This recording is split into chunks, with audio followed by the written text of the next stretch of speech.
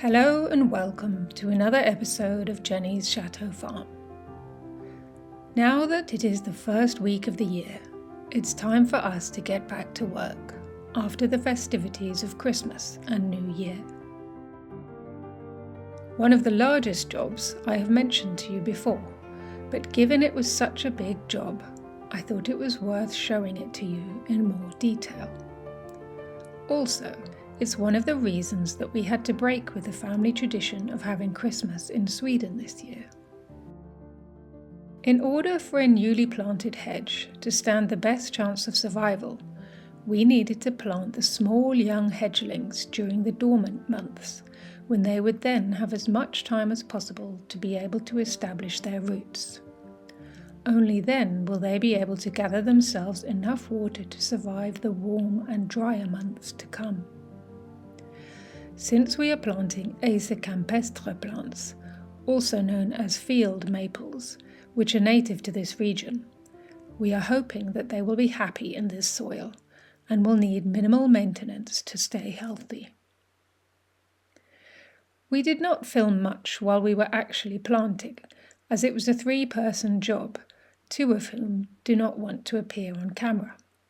But I can introduce you to Monsieur Bertry. Monsieur Bertry is the local diggerman. He is truly an artiste, at one with his machine. After calling him for help, he usually turns up at 8 a.m. the following morning with his digger on the back of his truck, ready to start.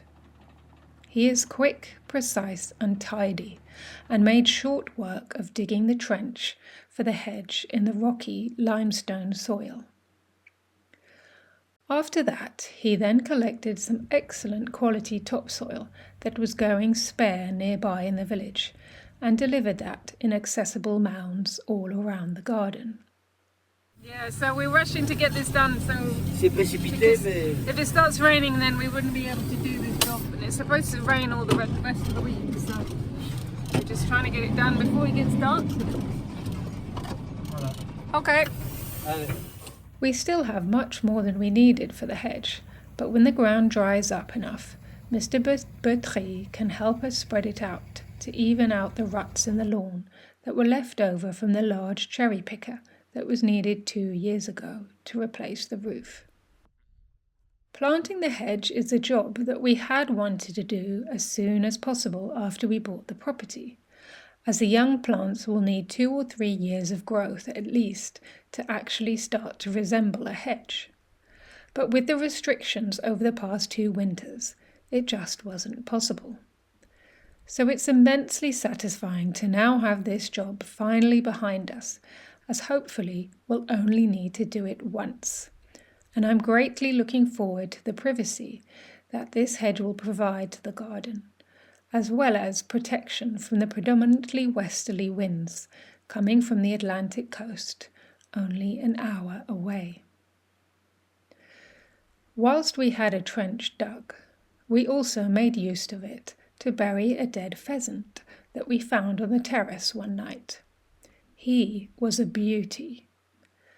We're not sure why, but it seemed that he either fell off the roof while roosting or flew into the house. In any case, he had hit his head rather badly and his neck was broken. In some cultures, finding a dead bird may represent the end of a difficult period. Let's hope so. After all that work in the garden, I was in a lot of pain the next day. So I took it easy whilst painting the doors in the attic, and I was very glad of Jason's help to move the doors for me on the day my shoulder had seized up.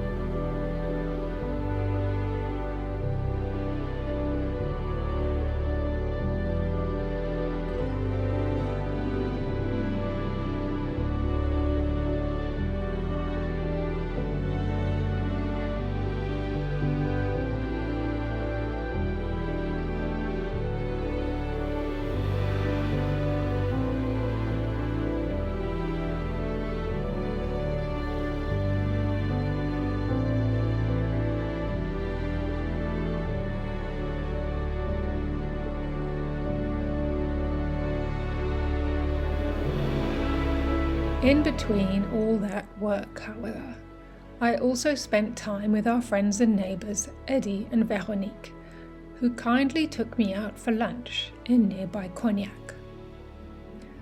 Whilst Eddie went to stock up on cigars, Veronique took me on a whistle-stop tour of some of her favourite sites, including ancient pedestrian shopping streets.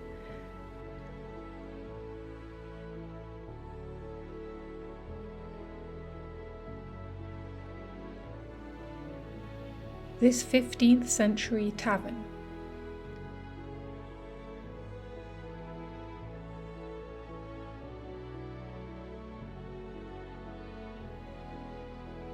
a 16th century Hôtel Particulier with this image of a salamander, the symbol of King François I.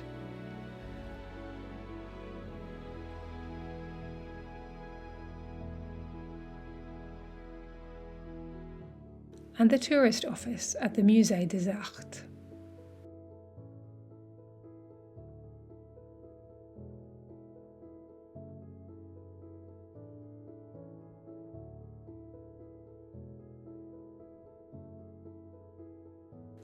After that, we enjoyed lunch by the Charente River, opposite the Chateau that is the headquarters and distillery of Hennessy.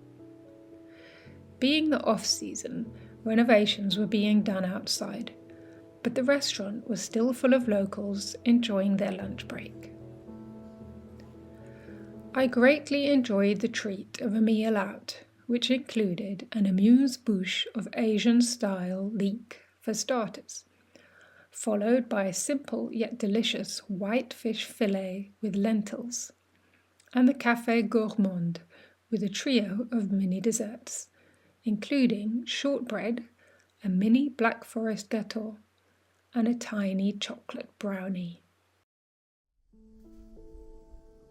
In amongst all this activity this week, I also managed to find the time to enjoy some Charente sunshine and blue skies. Yes, even now, in the first week of the year, I can feel the days getting longer, and on days like this, there is even the promise of spring in the air.